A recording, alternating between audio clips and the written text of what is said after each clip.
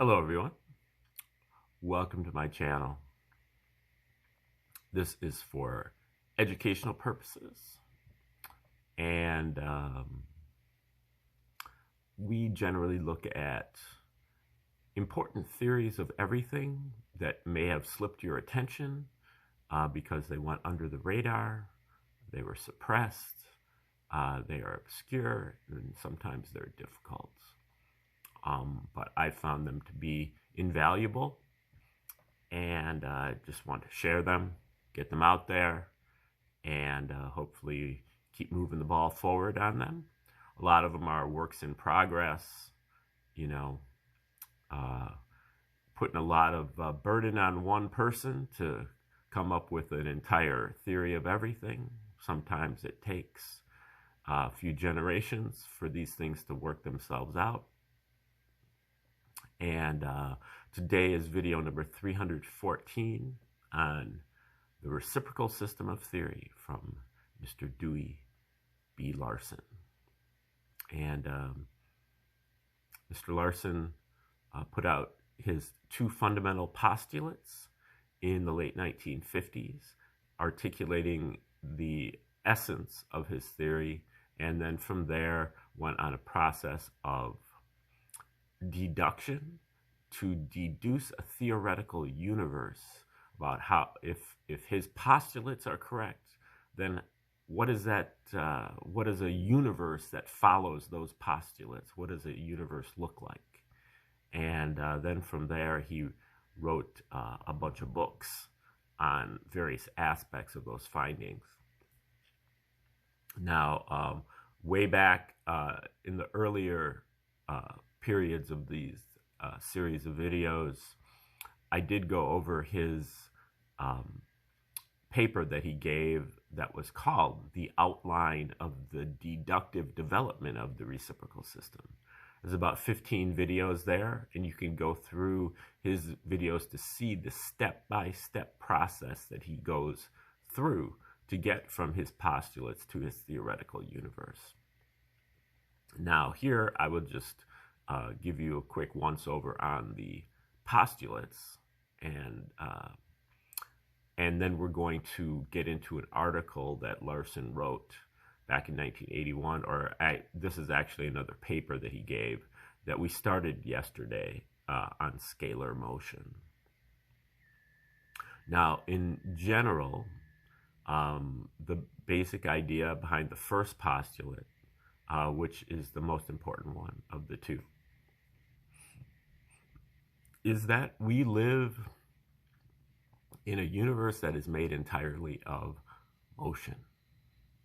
Not matter, not energy, but motion. Matter and energy are merely two different varieties of motion. And motion, for Larson, was the relationship between space and time.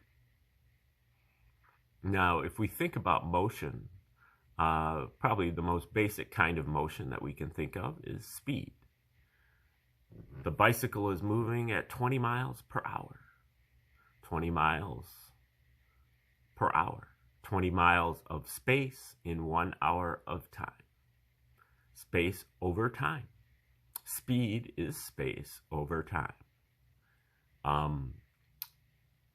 And so that is a relationship between space and time. So at least as far as, you know, our most basic understanding, Larson is correct. You know, motion is the relationship between space and time in the case of speed. Now, he says that all really of the basic scientific quantities that we know of are also relationships between space and time. Basically, they are fractions with space or time as the numerator and time or space as the denominator, with the caveats that space and time are both three-dimensional, or they at least have aspects that are three-dimensional. He calls that coordinate space and coordinate time. We're accustomed to that idea as far as space is concerned, but not so much with time. And that space and time both have what he calls their clock aspects. They are both progressing in what he calls a scalar manner, meaning scalar motion is a motion that has a magnitude, but it has no specific direction. Like a clock. The clock is always getting later and later and later and later, but it's not moving in any specific direction. It's just getting later. And so that is clock time. Clock space is that things are getting farther and farther and farther apart. And you can see this analogized with your balloon with dots on it. You blow up the balloon, all of the dots are moving away from each other, but in no specific direction. You suck in the balloon, all the dots are moving toward each other, but in no specific direction. And this was also measured by the Hubble telescope that observed that the distant galaxies are all moving away from each other. That's a scalar motion. And as Larson pointed out in this article that we started yesterday, scalar motion is an accepted kind of motion in the universe by scientists, but they have never really seen it for its significance. And that is really a fundamental motion. They've seen it as more of an anomaly or just a random occurrence or, some kind of sideshow. But Larson is putting it front and center. Okay, so space and time both have their coordinate aspects, 3 dimensions. They both have their clock aspects of progressing. And they both come in discrete units only, meaning they are quantized. There is a minimum unit of space, and there is a minimum unit of time. If you don't have that full unit, then you don't have space and you don't have time. You have to have a full unit in order to have any. And if you have exactly 1 full unit of space in 1 full unit of time, remembering that space over time is speed. If you have 1 full unit of space and 1 full unit of time, you have the speed of light. For Larson, the speed of light is what he calls unit speed. 1/1 = 1. And for Larson, unit speed is really like the background, the origin, the ether, the reference system, the state of rest of this universe. Now, you have to really be able to accept the concept of a universe of motion to be able to conceive of the fact that the state of rest of the universe is actually in motion at the speed of light. And you have to be able to accept the fact that you can have motion that precedes everything else. So you have motion without anything moving. Motion precedes the thing that's moving. And in fact, motion comprises the thing that's moving anyway. And for Larson, the speed of light is really the midpoint or the 0 point of the universe. And then there is an entire half of the universe that's moving faster than the speed of light. Whereas the Einsteinians will tell you that the speed of light is the maximum speed of the universe and nothing moves faster than the speed of light. That betrays their ignorance that their whole universe is actually only half of the universe. The material sector is what Larson calls it. That is the half of the universe that's moving slower than the speed of light. But Larson also posits the cosmic sector, which is the half of the universe that's moving faster than the speed of light. And the beauty of the reciprocal system is that the material universe and the cosmic universe are identical, except that you have to interchange the roles of space and time. So in the material sector, you have coordinate space, 3 dimensions of space, and you have clock time. The clock is always progressing, getting later and later and later. But in the cosmic sector, you have coordinate time, 3 dimensions of time, and clock space. Things are always getting farther and farther and farther apart. And so you can do this kind of extrapolation when you cross from one boundary to the other, from one side of the speed of light to the other. And, it enables us to see into an unseen world. We really only see what's going on in the material sector, but we can extrapolate to figure out what's going on in the cosmic sector by just inverting the roles of space and time. Now, another thing that Larson, I've never seen him actually mention this, but he'll say that we see in space, but we don't see in time. And so what we see from the cosmic sector, we actually see it in equivalent space. So we see the inverse of what we see in space, such as an explosion, a gigantic explosion, such as a supernova. If the supernova goes faster than the speed of light, then instead of seeing it, so then it crosses the speed of light. So it becomes an explosion in time, not in space. The explosion is occurring in time, but we don't see time. We only see space. And so we see it as an inverse phenomenon in time, in space. So what we see is we see an implosion in space. The explosion in time is seen by us as an implosion in space. And this accounts for things like white dwarf stars that are super small and super dense. Larson says that is an explosion, a stellar explosion that actually goes beyond the speed of light. And that creates the idea of the twin stars. You have one star that's exploding in space and one star that's exploding in time. That's the same star, but it has aspects or parts of it that don't make it past that speed of light barrier. And so you see it as a red giant white dwarf pair.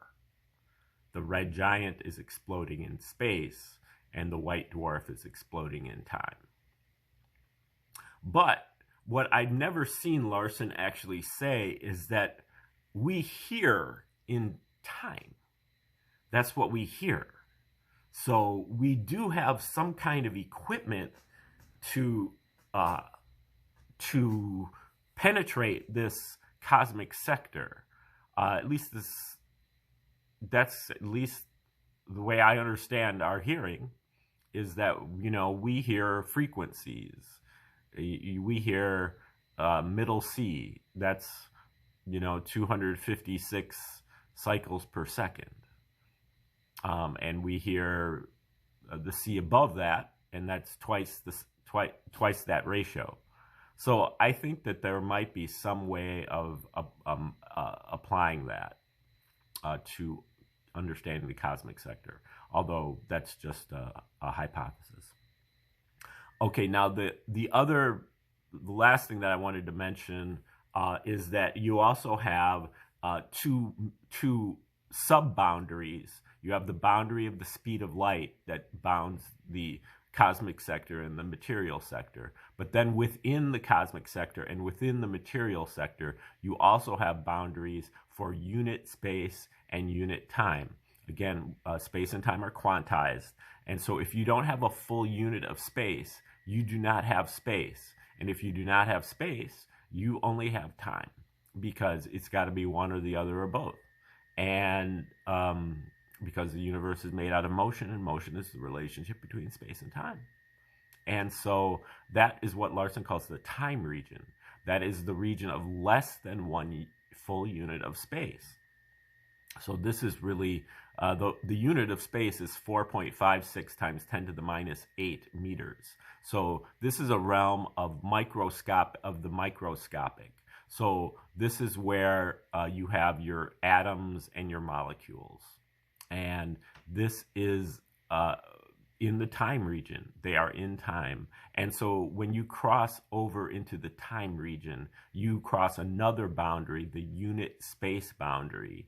And the rules again shift when you invert, when you go into the time region. And the same is true of what is called the space region over in the cosmic sector. That is whatever is within 1 unit of time.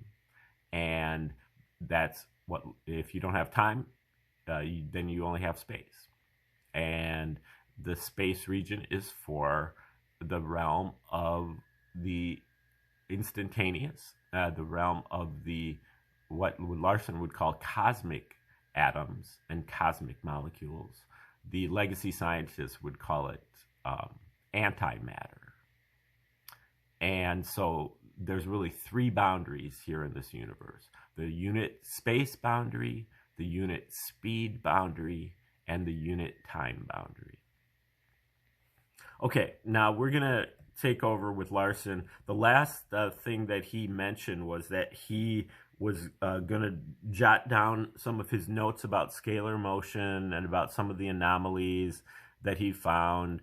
And he realized that he had way too much material for just a chapter. He had enough material for a book. And so now he's going to talk about this book, which I don't know what book he's really referring to, but maybe we'll find out. Okay, here's Larson. Within the subject area that it covers, the conclusions reached in this new work will be identical with those reached in my previous theoretical works, but they will be reached by a totally different route. In the theoretical works, I began with a set of postulates as to the properties of a universe of motion. And all conclusions in all areas were derived entirely by derivation of the consequences of those postulates, without introducing anything from observation or experiment. In this new work, I'm going to do exactly the opposite. I'm going to start with a set of positively established facts, including those that have been derived from the scalar motion investigation. And all the conclusions will be derived entirely by development of the consequences of those established facts, without introducing anything of a theoretical nature. That means that the entire book will be factual, without any tie-in to any physical theory. But since the conclusions will agree with the conclusions derived from the theory of a universe of motion, whereas they will disagree in many respects with current physical theories, the work as a whole will constitute a significant confirmation of the validity of the theory of the universe of motion. I believe that maybe the book that he's referring to is called The Neglected Facts of Science. And that's a book that maybe we will eventually go through. I've read the book, but I haven't studied it, and so I don't know it very well. But it did come out in the early 80s, just after this talk came out. The discovery and identification of distributed scalar motion was, in itself, an important advance in knowledge, but it also opens the door to a better understanding of the entities that are now identified as distributed scalar motions. One important point that has been clarified is the existence of multi-dimensional motion. Vectorial motion is one-dimensional. It may extend into 3 dimensions of space, but as motion, it is confined to one dimension. Any such motion is described by a vector, which is one-dimensional, and any number of these vectors can be combined into a resultant vector, which is likewise one-dimensional. But scalar motions in different dimensions cannot be combined in any way analogous to the addition of vectors. It follows that scalar motions in different dimensions are independent. An n-dimensional motion, mathematically speaking, is simply one that requires n magnitudes for a complete definition. Thus, a one-dimensional motion or other physical quantity can be defined by one magnitude. A three-dimensional scalar motion requires three magnitudes for its definition. One of those magnitudes, and only one, can be further subdivided by the introduction of directions relative to a spatial reference system. That motion can then be defined by a vector, and it can be represented in the spatial reference system by a line. Current scientific thought regards the whole of existence, the physical existence at least, as being contained within the space and time of the spatial reference system. And that current thought denies the existence of what I have just been talking about, that is multidimensional motion. But now that we have derived the existence of multidimensional motion from established physical facts, it is evident that this current scientific opinion, which was never anything but an assumption, is an erroneous assumption. What we now find is that the conventional three-dimensional spatial reference system is capable of representing only a limited portion of the total contents of the universe. It takes three dimensions of space to represent one dimension of scalar motion. With the benefit of this information as to multidimensional motion, we can now complete the definition of the basic distributed scalar motions. A study of the properties of electric charges, which I will include in the new publication, but won't take the time to go into here, shows that the charge is a one-dimensional distributed scalar motion. A similar study of gravitation shows that gravitation is a three-dimensional distributed scalar motion. The situation with respect to magnetism is not as clear-cut because it is complicated by the existence of electromagnetism, which is a phenomenon of an entirely different kind. But we can identify the so-called permanent magnetism as a two-dimensional distributed scalar motion. In present-day thought, these phenomena are dealt with as fields, but just what constitutes a field has always been a matter of considerable difference of opinion. From Marshall Walker, we get this definition: a field is a region of space where a test object experiences a specific force. But Einstein disagrees. Einstein says a field is something, quote, physically real in space, for the modern physicist as real as the chair on which he sits. This difference in opinion as to the nature of the field is further complicated by differences of opinion as to how the field theory ought to be applied, and as matters now stand, the whole status of the theory is in considerable doubt.